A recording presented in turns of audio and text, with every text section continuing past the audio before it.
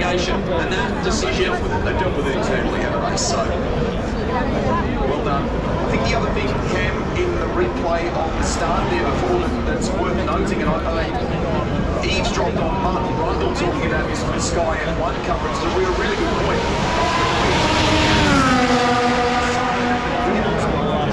If they had their way, both the Ferraris launched away compared to those closer to the people on the inside of the track. That was a significant thing in looking back at that start. it was. But remember, this race will be about tyre life. We've only seen one race here in all previous running that went faster than 1 hour 55 minutes. This one should be a faster race, and we continue to watch the battles. Max Verstappen fighting hard to get his way back up through the field. He's putting a move on Kevin Magnussen. He's been doing that for several laps, Cam, hasn't he? So keeps the car on the track, doesn't quite using him so Max Verstappen as he endeavours to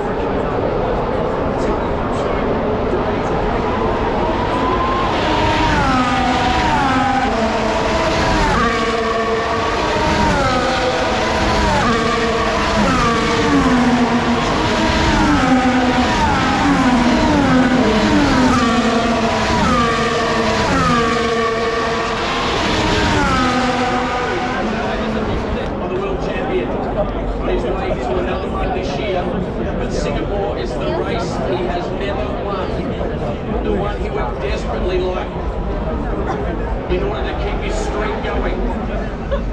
He's up into 8th. He's set sail after Esteban Ocon up the road.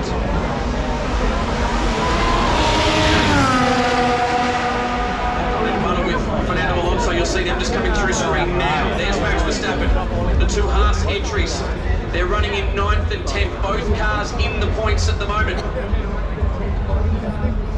Oscar Piastri dropping right back. It looks like he's got passed by Sergio Perez.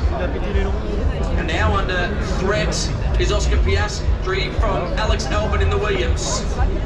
Logan Sargent tucked in up behind him as well. So it looks like Oscar Piastri is struggling with a bit of pace at the moment in his McLaren.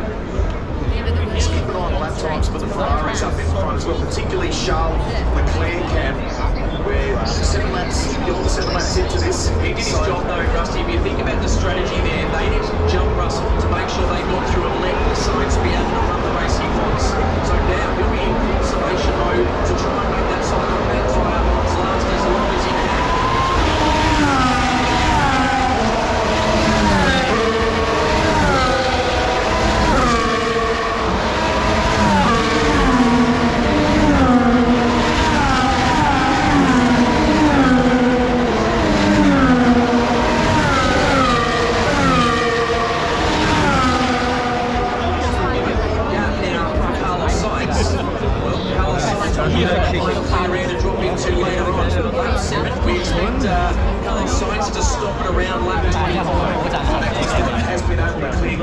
So Verstappen is now up into position 8. The next target, Esteban Ocon.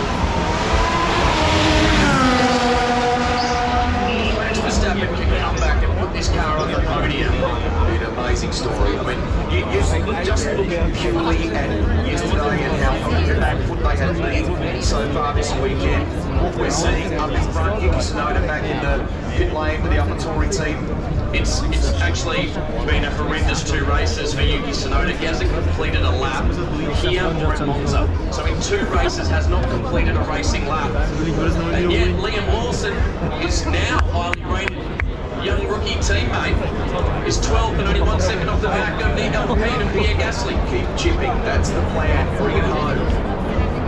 Bring it home, hopefully in the points for Liam Lawson. I think that the message there, without sounding sort of from that region of the world, I guess, it's about, as he said, just making a statement. Is it? If he gets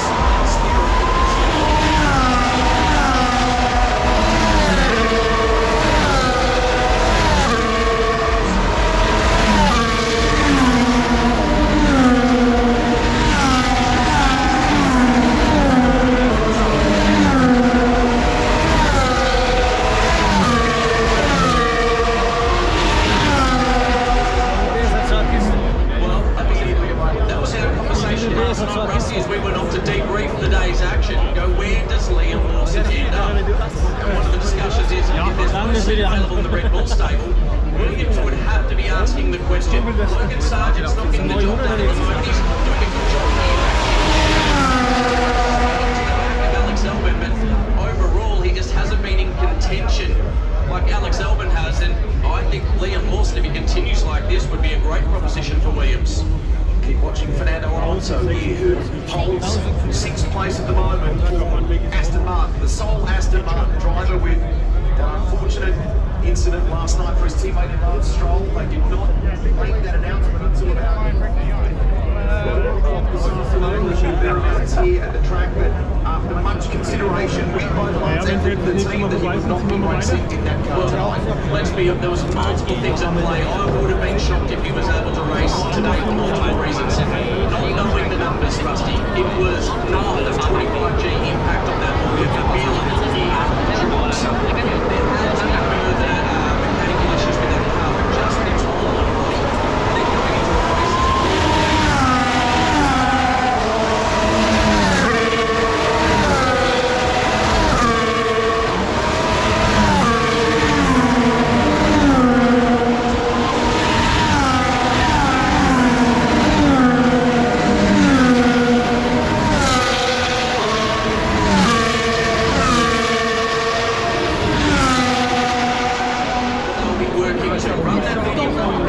Sidewall up to lap 25, somewhere between lap 20 and lap 30. There are a couple of cars, or one in particular, on a soft compound tyre, and that would suggest, unless he can work that Charles Leclerc will be on a two-stop strategy, and that is the one I'm talking about. Hard compound tyres. The two Red Bulls are on hard compound tyres. That means they are going to run as long as they can into this race, and the two Alfa Romeo cars are on hard compound tyres. Sign. We need 3 seconds. At the moment it's 1.0. So what they're saying is stretch it out, don't pressure Carlos Sainz. Back him up. Exactly what I was suggesting, Rusty. This becomes a strategic race. They need to open that gap up. It's a team game. It's a team game, isn't it? Now we saw that with Charles Leclerc and Sebastian Vettel back when Vettel won for Ferrari in 2017.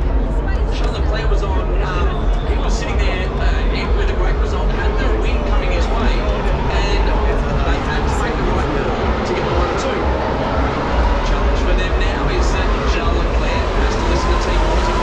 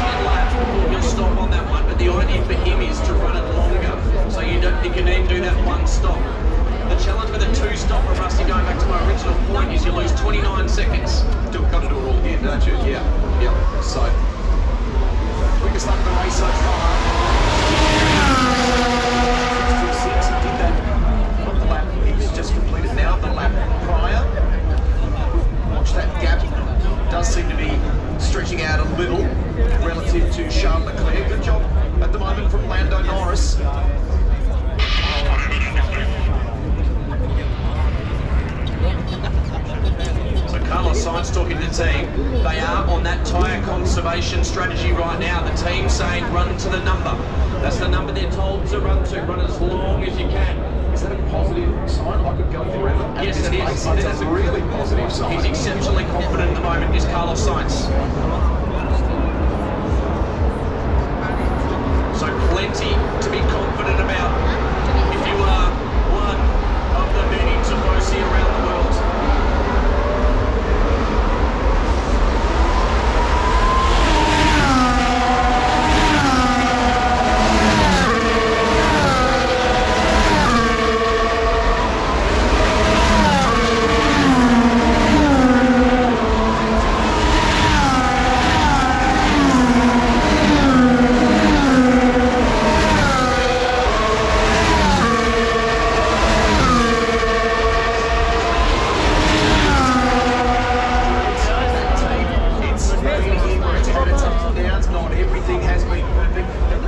Conversations around this about the fact that Red Bull have dominated the year. All the wins lie with either Max Verstappen or a couple to Sergio Perez. They need that breakthrough here. If those tyres are good enough, they can make them last with the kind of confidence we can hear from Carlos Sainz.